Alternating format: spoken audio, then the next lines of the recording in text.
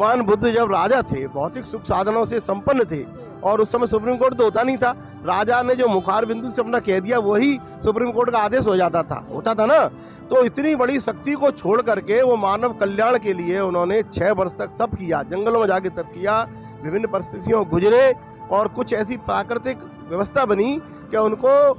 वैसे तो बुद्धिमान थे ही, बुद्धि तो उनके अंदर पहले से थी, लेकिन उसका इतना विकास हुआ कि एकदम से उन्हें सब चीज़ सामने आ गई, भाई किस तरह से मानव समाज का कल्याण हो सकता है। तो राजनीतिक सामाजिक क्षेत्र में रहे, लेकिन वो सबसे बड़े इकोनॉमिस्ट थे, अर्थशास्त्री थे। संसार में इतना बड़ा अर्थशास्त्री कोई नहीं हुआ जितने भगवान डॉक्टर अम्बेडकर जी थे,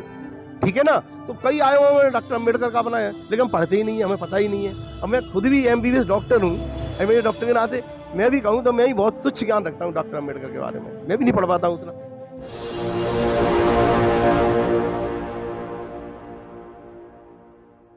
मैं राजनीतिक परिवेश में बात करूं क्योंकि आप एक राजनीतिक चेहरा भी हैं। कहीं ना कहीं हम देखते हैं जब बाबा साहब की जय जयकार करने की बात आती है तो तमाम पार्टियां, तमाम राजनीतिक संगठन, तमाम नेतागण लोग उनकी जय जयकार करते हैं, लेकिन जब उनके सिद्धांतों को मनोसात और उनको प्रचारित करने की बात आती है तो उसमें कोताही क्यों बरतते हैं सर?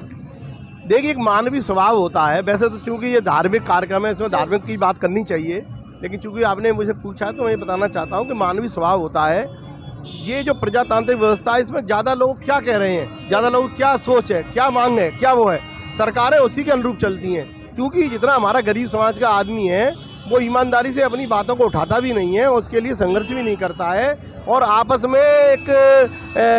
मतलब स्वार्थ नीति के कारण बढ़ जाता है वो, और बढ़ने की वजह से उसके जो आगे के जो मंजिल पहुंचने वाली स्थान होना चाहिए वो रुक जाता है, तो रुकावट आ जाती है। ऐसे ही मैं देखता हूं कि जितने हमारे अनुसूचित समाज के लोग हैं, लगभग 21 लाख लोगों ने अपना राष्ट्रीय स्तर का रजिस्ट्रेशन करा रखा है। आप लगाइए 25% की आबादी, तो उसमें 21 लाख लोग तो इसी में इतना आपस में लड़ते झगड़ते हैं, इतना आपस में कोई छोटा ना रह जाए, कोई बड़ा ना रह जाए, हर एक अपने को करना चाहता है, समर्पण है नहीं किसी में, कल्याण किसी में है नहीं। अब भगवान बुद्ध से हमें ये भी तो प्रेरणा मिलती है कि भगवान बुद्ध जब राजा थे, भौतिक सुख साधनों से संपन्न थे, और उस समय सुप्रीम कोर्ट तो होता नहीं था। राजा ने जो मुखार बिंदु से अपना कह दिया वही सुप्रीम कोर्ट का आदेश हो जाता था, होता था ना। तो इतनी बड़ी शक्ति को छोड़ करके वो मानव कल्याण के लिए उन्होंने 6 वर्ष तक तप किया, जंगलों में जाके तप किया, विभिन्न परिस्थितियों गुजरे, और कुछ ऐसी प्राकृतिक व्यवस्था बनी कि उनको वैसे तो बुद्धिमान थे ही, बुद्धि तो उनके अंदर पहले से थी, लेकिन उसका इतना विकास हुआ कि एकदम से उन्हें सब चीज़ सामने आ गई, भाई किस तरह से मानव समाज का कल्याण हो सकता है। जब भगवान बुद्ध को ज्ञान प्राप्त हो गया तो भगवान बुद्ध 15 दिन तक बड़े आनंद में रहे। फिर उन्होंने विचार किया, क्या मैं इसको जनता के बीच में लेके जाऊं जिससे जनता का कल्याण हो सके। उन्होंने कहा जनता के बीच में लेके जाना जरूरी है, जिससे जनता जब इसको समझेगी तो उसका कल्याण होगा। इसलिए भगवान बुद्ध ने फिर प्रवचन देना शुरू किया, जगह गए, और पूरा जब तक उनका जीवन रहा तब तक उन्होंने एक मिनट का सदुपयोग किया। मतलब गांव गए, बस्ती बस्ती गए, मोहल्ले मोहल्ले गए, सब जगह गए, और उन्होंने वो लोग थे जो एक तरह से अमानुष हो चुके थे, जिन लोगों के अंदर मानवीय प्रवृत्ति खत्म हो चुकी थी, उदाहरण के रूप में अंगुलवाल है, उनको उन्होंने एक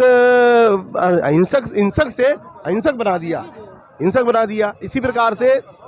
वहाँ पर जितनी भी हमारी जैसे कोई भी एक अपने जो कोरी समाज के व्यक्ति थे और 4 राजकुमार के सेवक थे, लेकिन जब उन्होंने 5 ने धर्म ग्रहण किया तो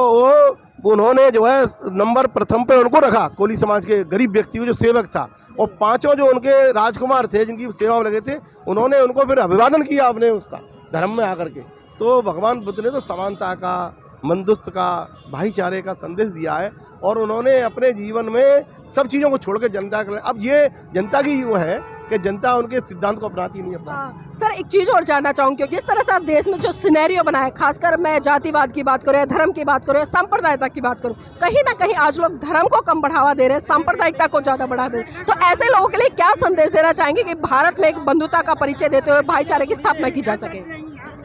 देखिए, ऐसा है कि बंधुता ही रहेगी तभी भारतवर्ष आगे बढ़ पाएगा। तो मेरा तो ऐसा मानना है कि कोई भी दल हो, सभी चाहते हैं बंधुत्व रहे, भाईचारा रहे, एक दूसरे का हम सम्मान करें, एक दूसरे की भावना की कदर करें, और अपनी चीज़ को मानने के लिए हमने संविधान ने हमें अधिकार दे ही दिया है। लेकिन कोई हमें ऐसी बात ना करें जिससे किसी को कष्ट हो, दुख हो। अब ठीक है, बहुत चीज़ें हैं भाई, किसी आदमी की प्राकृतिक रूप से आँख खराब हो जाती है, पैर मतलब उसका सही नहीं काम कर रहा होता है। अब हम कहें तो मतलब जो है शब्दावली के हिसाब से उस लंगड़ा कहें वो भी सही है, अब से काड़ा कहें वो भी सही है, लेकिन हम उससे प्यार से बात करेंगे, अच्छी तरह सम्मान से बात करेंगे तो उसके मन को भी प्रसन्नता होगी और सामने वाला अपने आप गदगद हो जाएगा। भगवान बुद्ध क्या करते थे? भगवान बुद्ध यही तो करते थे कि भगवान बुद्ध जो है, जब अंगुली माल आया तो अंगुली माल तो अपनी पूरी 1000 की वो संख्या पूरी करने वाला था ना, लेकिन भगवान बुद्ध ने उनका मन को बदला नहीं बदला, भगवान बुद्ध ने उनका मन को बदल दिया और वह 1000 की संख्या पूरा ना करके बाद में फिर मानव कल्याण के लिए लग गए। आज उनको लोग याद कर रहे हैं, नहीं कोई याद नहीं करता उनको। इसलिए मेरा ये कहना है कि भगवान बुद्ध और बाबा साहब अम्बेडकर को हमें पढ़ना चाहिए, उनकी अर्थनीति। अब देखिए वो राजनीतिक सामाजिक क्षेत्र में रहे, लेकिन वो सबसे बड़े इकोनॉमिस्ट थे, अर्थशास्त्री थे। संसार में इतना बड़ा अर्थशास्त्री कोई नहीं हुआ जितने भगवान डॉक्टर अम्बेडकर जी थे,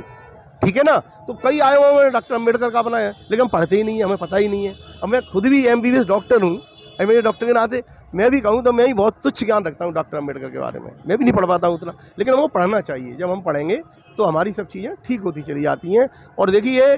कोई भी व्यक्ति होता है,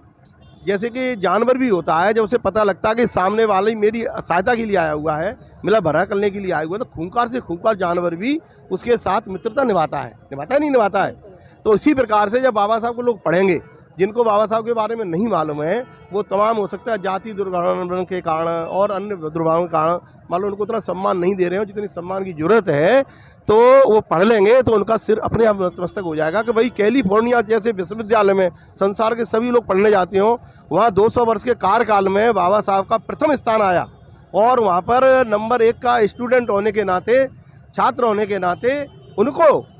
उनको जो है वहाँ पर उनकी मूर्ति स्थापित की गई। तो जब यहाँ भारत का नागरिक पढ़ेगा कि डॉक्टर अम्बेडकर की कैलिफोर्निया में मूर्ति स्थापित इसलिए की गई है कि जो भी संसार के वहाँ पर छात्र पढ़ने जाते हैं तो देखते हैं कि भाई किनकी मूर्ति है, डॉक्टर अम्बेडकर की, तो पढ़ते हैं तो अपने को उसी हिसाब से बनाना वो चाहते हैं। इसलिए पढ़ना जरूरी है, इतना मैं उनसे कहना चाहता हूँ। बहुत बहुत धन्यवाद सर आज की इस महत्वपूर्ण चर्चा। मैं चाहता हूँ कि हमारी अभी हो सकता है गरीब समाज के लोग बहुत अनपढ़ हों, अभी पढ़ नहीं सकते हों, तो उनको ये करना चाहिए कि गाँव बस्ती में जो भी एक पढ़ा लिखा व्यक्ति हो, कोई किताब ले लो, बाबा साहब की किताब जैसे लेकर के वो पढ़ें और सब बैठ के सुने, शाम को 1 घंटा ऐसा निकालें, तो एक तो तमाम जो विकार हैं उनसे बच जाएंगे हम लोग और हमारी बुद्धि भी ठीक होती जाएगी और हमको ज्ञान भी होता जाएगा। क्योंकि कबीरदास जी थे, सूरदास जी थे, संत रविदास जी थे, जितने महान हमारे हुए हैं जिन पर लोग PhD कर रहे हैं, वो ज़्यादा शिक्षित नहीं थे, लेकिन वो ज्ञान बहुत था, गुणी बहुत थे वो लोग। इसलिए हम सबको कम से कम जो बिना पढ़ा लिखा आदमी, ये नहीं है कि उसका दिमाग कम, बहुत दिमाग होता है उसके अंदर, बस उसे अपने दिमाग का उपयोग करना होता है। बहुत बहुत धन्यवाद सर आज इस महत्वपूर्ण चर्चा में हमारे साथ जुड़ने के लिए। और साथ ही यहाँ पर एक बात तो बिल्कुल स्पष्ट हो जाती है, जिस तरह से मान्यवर जी ने कहा है कि आज व्यक्ति को शिक्षित होना बहुत जरूरी है, क्योंकि बाबा साहब ने भी शिक्षा पे बहुत अच्छे तरीके से और मजबूती के साथ में काम किया। और जिस तरह से जितने भी महान पुरुष इस देश में खासकर रहे हैं, जिन्होंने निष्पक्ष रूप से इस देश के लिए काम किया और देश में भाई बंधुता मैत्री का संदेश देते हुए एक सूत्र में पिरोने का काम किया, उन्होंने शिक्षा पर बहुत बल दिया। भले वो कम पढ़े लिखे लोग रहे होंगे, लेकिन शिक्षा की अगर बात करें तो शिक्षा के लिए उन तमाम महान पुरुषों ने आंदोलन किए और इस देश के लोगों को एक सही दिशा देने का काम किया। और आज जिस तरह से आप देख रहे हैं कि आगरा की वही पावन धरती है जहां पर परम पूज्य बाबा साहब 18 मार्च को आए थे, और उसी 18 मार्च के उपलक्ष्य में आज जो राष्ट्रीय बौद्ध महासभा है उसकी तरफ से एक विशाल जो धम्म कार्रवाई उसका आयोजन किया गया है। और आप सबने सुना कि आज की चर्चा में जिस तरह से हमारे साथ में मान्यवर जी ने बात की, तो साथियों कहीं ना कहीं एक चीज़ से बहुत ज़रूरी हो जाता है कि हम सीख लें और इस पर अच्छे से काम कर देश में धर्म को स्थापित करने के लिए काम करें।